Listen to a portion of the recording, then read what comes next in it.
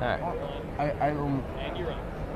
Hi, this is David Hazen from Live Music Stage. Welcome back to day 2 of Austin Tech Talk. We're kicking today off here with the president of CD Baby here next to me, Brian Felsen. Hey Brian, how you doing? Howdy, how you doing? Having a good South by so far? Oh yeah. Good. Well, I'm really glad to be speaking with you. I think a lot of people know something about CD Baby. You guys were the first in a lot of things, but why don't you start with the history and how you successfully transitioned from being a non-digital company to a digital king? Well, CD Baby was started in 1999 by Derek Sivers in Woodstock, New York. He was a musician, and his artistic muse and or talents didn't exactly fit with major labels. So he decided, hey, all right, I'm just gonna set up a website and sell my music online by myself. And a couple of his band's friends said, hey, could you do that for me? And Derek says, well, sure. And they say, how much should we pay? And Derek says, I don't know, 35 bucks. So he says, great. So he made it for about 5 of his friends, and then before he knew it, he had over 200,000 friends. And then I was with Discmakers in 2008, and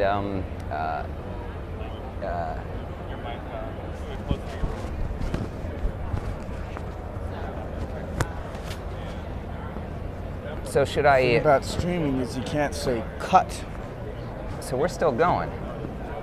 Yes, but it won't be in the YouTube edition. It won't be in the YouTube edition. All right, fair enough. So should we just start over, guys? Should we start over or start from there? All right, there? you lucky viewers get to see the outtakes before the original. So here we go. Hi, I'm David Hazen from Live Music Stage. Welcome back to day 2 of Austin Tech Talk. I have here with me the president of CD Baby, Brian Felsen. Hi, Brian. Hi, how you doing? CD Baby was the first successful digital company with its roots in the analog business. So it's a great story, Brian.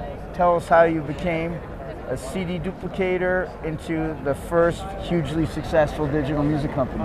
Well, CD Baby was started in 1999 by Derek Sivers. In his garage, he was a musician whose artistic muse and or talents didn't exactly fit with the major labels. So he set up a website to sell his own music online. And some of his friends were like, hey, could you do that for me?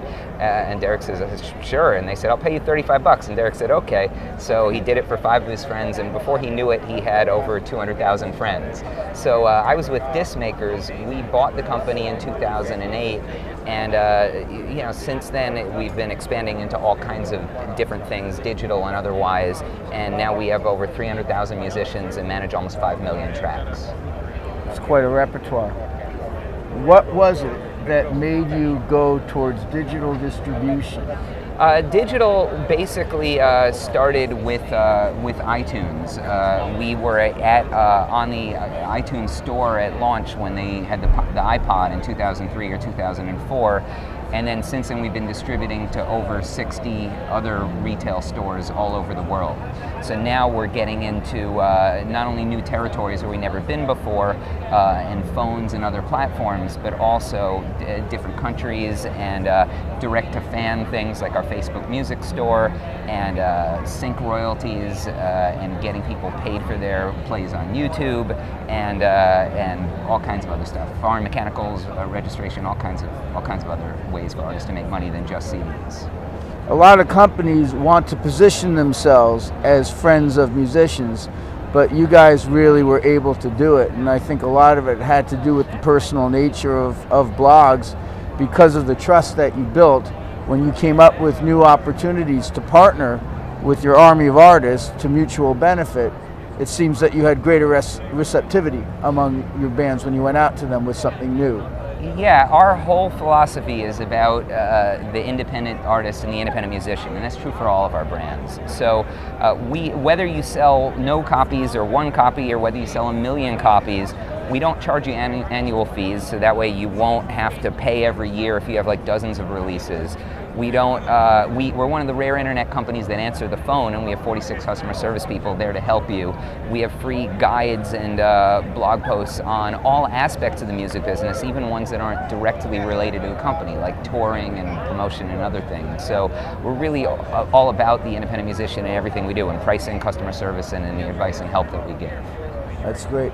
What are some of the other areas that you've been getting involved with on a more recent basis? For musicians or other non-musician artists? For musicians first, and then the book stuff we'll Well, talk about. for musicians, as I say, we've been doing a lot of direct-to-fan type of things. So we've got a Facebook music store, so you can sell your music on Facebook. YouTube has really taken off, so we're helping artists get paid a share of the advertising revenue that Google places against their ads on YouTube, as well as other. Do you do your own channel, or do you help artists start their own channel? Well, it's interesting. We do audio matching. We have a partnership now with Rumblefish, so that way if anybody uses your song or a snippet of it on YouTube, we detect it, and then you can get paid a percentage of the money that Google makes from the ads placed against any of the videos. That's fantastic. So That's really cool. totally found revenue for Yes. the artist. None of the independent artists would have any way of even tracking, let alone collecting that income. Yes, and it's some of the checks are really adding up. And it's growing too. It'll continue to be that way. Give me an idea of other companies that are in your space, and while you don't need to name them necessarily, what is it that you think you do better, or at least differently? I mean, there are plenty of other companies out there that do one or another aspect of distribution. I mean, distribution in and of itself is not hard. What sort of differentiates us is, firstly, the customer service. Secondly, we have our own retail store, so we only take 9% of the back end. So, for example, if iTunes takes 30% and we take 9%, you'll make about 61 cents on a download of a single, or $6.10 from an album. But if you sell on cdbaby.com or direct to fan on Facebook, you get to make 91 cents. We only take 9% no matter what you do. And so we have all the blog advice, customer service. And you don't have a fee, correct? No, there's Unlike no other annual services, fees. No there's annual fees whatsoever. So you're on there, forever. So that's really cool. Well, that must have been when other unnamed companies recently put their fees up substantially. That must have resulted in somewhat of an exodus, I would think. Yeah, we've gotten a huge flood of people coming in, and we've actually had to hire customer service people to handle the incoming. So it's been, we've now soared past 300,000 artists, so it's really gone great. The thing that's most surprising, actually, is we're having a big increase in physical distribution sales, which I never expected, because it had been on a decline for a while, and it still is industry-wide, but we were up 25% year over year in physical CD sales. And we're not talking vinyl here. No, well, okay. Vinyl is up double, but up double with vinyl means that we've gone up to about 2% of our business. Yes. But it looks great in percentage terms. Exactly. But in real terms, exactly. Perhaps a little less. But for physical, we attribute it to our new deal with Alliance, which is helping get artists in 15,000 ma and pa record stores all over the world, including on Amazon.com and Best Buy and Target.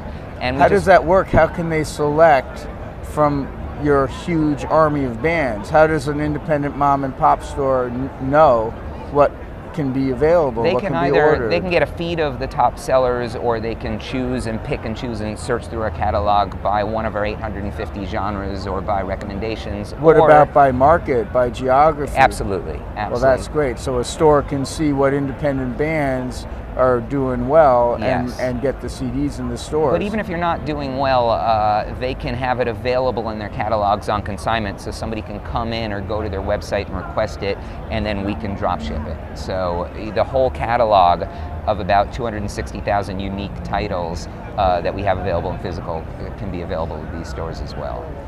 There's a lot of talk about how the casual fan won't even pay $5 a month to stream all the music they can eat, but the supercore hardcore fans, there seems to be no limit, especially with some of the experiential menus that are getting offered up by new companies and by companies that are sort of adding it to their menu.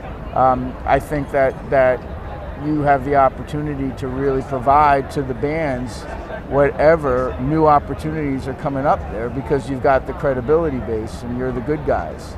Yeah, we've signed so many new streaming partners, and we're in all the major players, RDO, Spotify, Rhapsody, and you name it.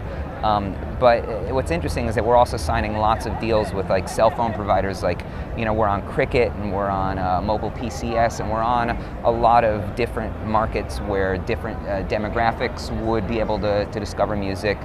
different countries and even continents. And it's really, one thing I find interesting is that our streaming revenues are double of last year, but it has not cannibalized our CD sales or download sales, all of which are up. So we're just providing maximum opportunities for people to discover music and hopefully buy it. People want to stream, listen to, and buy music, whatever they're doing, and they should have the choices available to them. Yeah. And I don't think anyone would suggest that people are maxing out. Everyone says more music's being consumed than ever, and at some point becomes the responsibility of the industry or collective linked industries to figure out ways to get the customers what they want. Yeah. You know, the fan that won't pay $5 a month as a standalone, that same fan might have no problem with an extra $10 going on their cell phone bill every month for all the music that can be streamed. So Yeah. I don't think it's too far away from being sorted out.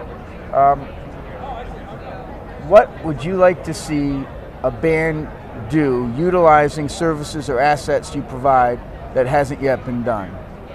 I would like to see bands take advantage of the internet, of social media in particular, to be able to discover new musics, improve their craft, and hook up with people that excel in aspects of their craft that they don't yet. Meaning that some bands are great writers but don't have a good voice. Some bands are great performers but don't have a good producer. Some people can make beats but don't have good material. And bands spend so much time and energy either wasting time on the internet or trying to promote themselves. And if bands could use the internet to engage with their communities, network and meet with their heroes, they could actually become inspired and make better product that A, would be more likely to sell, B, with the networks would have more likely to cross genres and territories, and C, help them develop more lifelong relationships on a personal level, and D, if all else fails, they'll be able to look back and say they made great art. That's a great thought. Artists training artists instead of online professors. Well, and collaboration, more than just promotion, really just about collaboration. Well, there are some. See, they like what I had to say. They're all applauding it. That was the poll. So instead of collaborative programs that already exist, like Indaba, for example, you're talking about creating content and product and training as well? Well, sure. Not just Indaba and these other companies are fantastic in terms of allowing for collaboration, but artists are already involved on YouTube, on their channels, on Twitter, and on Facebook. And too much of what I see is like broadcasting, like, hey, look at me, look at me, look at me, and you know, buy this and look at what I'm doing, and that's all great. But if you get into an engaged dialogue with your community, an engaged dialogue with other musicians in your genre that are your heroes, you could actually get inspired by other musics, by other producers, other engineers, and you could work together or learn from them to improve your craft as well.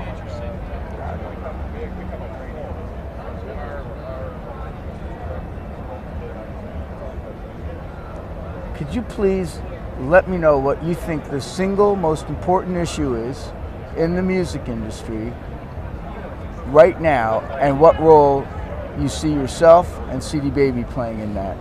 There's no single important issue in the music industry. I guess maybe it is the potential for commoditization of the music, so that way music continues to become not something that's focused on, like the days where people would sit and listen to an album through headphones and eagerly await it and have a lack for product, but where it's become so easy to make and so easy to consume that it's almost devalued, that it becomes like a background for a video, like Gangnam Style, or it becomes like just a background to surfing the web and talking to other people about what you've been listening to, or exclusively sync licensing. And that is a challenge, and I think that it's important for artists to try during this period to monetize their music in every way that they can and to keep improving. And we're helping artists with direct-to-fan things like being able to sell your music everywhere, direct-to-fan or on cdbaby.com or on a Facebook music store or on every possible digital retailer worldwide and the watering holes where people buy music.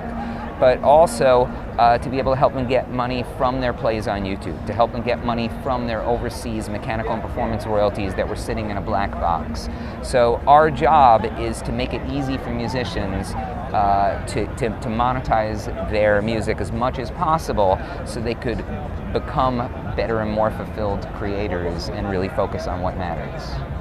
What other companies are there out there in the digital music space specifically that you really admire, that you think are really doing a great job? There are a lot of companies, some of the retailers have just great products, and I can't single one out because we're agnostic, but there's certain things I like about all of them.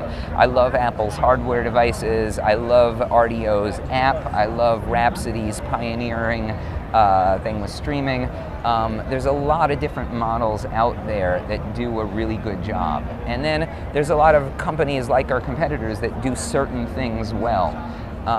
To say that I admire the company that I work for sounds a little disingenuous, but I'm really, really, really in love with some of the artists that come in and have a really original vision and just do this and can express themselves and are committed to being beautiful artists. And our customer service team and our desire to help them is really what's most important to me. That's what's most fulfilling about what I do. Great. Now tell me how you got involved with the book business.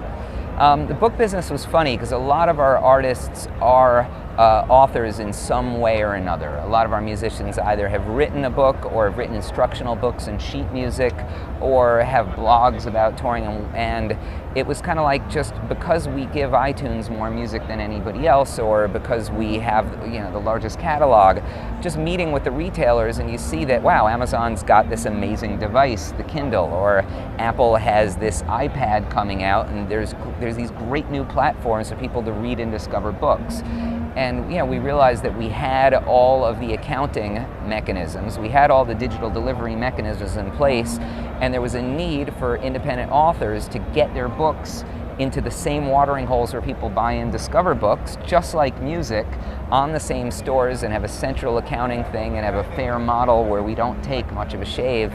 So it was like, this just seemed like a natural thing to do. We didn't know it would take off this much, but it just seemed like a nice thing to do. And what's coming up for you and all your companies and all your products? Just a lot more. If I told you, I'd have to kill you type thing. But no, that cameras are rolling here. That's a joke. There's so many developments on the roadmap for better ways for artists to monetize their music. I just got back from EDM and signed a lot of international deals, so we'll be in new and more territories, and then just a lot more direct-to-fan tools to help them, just cool ways to help them sell music and hopefully get it discovered. You've mentioned direct-to-fan tools a number of times. What is the greatest direct-to-fan need that artists have, your artists, where there's no existing tool to get that job done or to do that job as well as it could? The tools all exist. It's really just about the ease of using and populating them and the ease of doing the fulfillment. So anybody could set up a website, for example, or anybody could have a widget, but then how do you fulfill CDs? How do you easily update all the profiles? How do you even get an audience to your watering hole to discover your music? And that's really what we're working on. All right, Brian, well, thank you very much. Great talking to you. I loved it. Thanks a lot.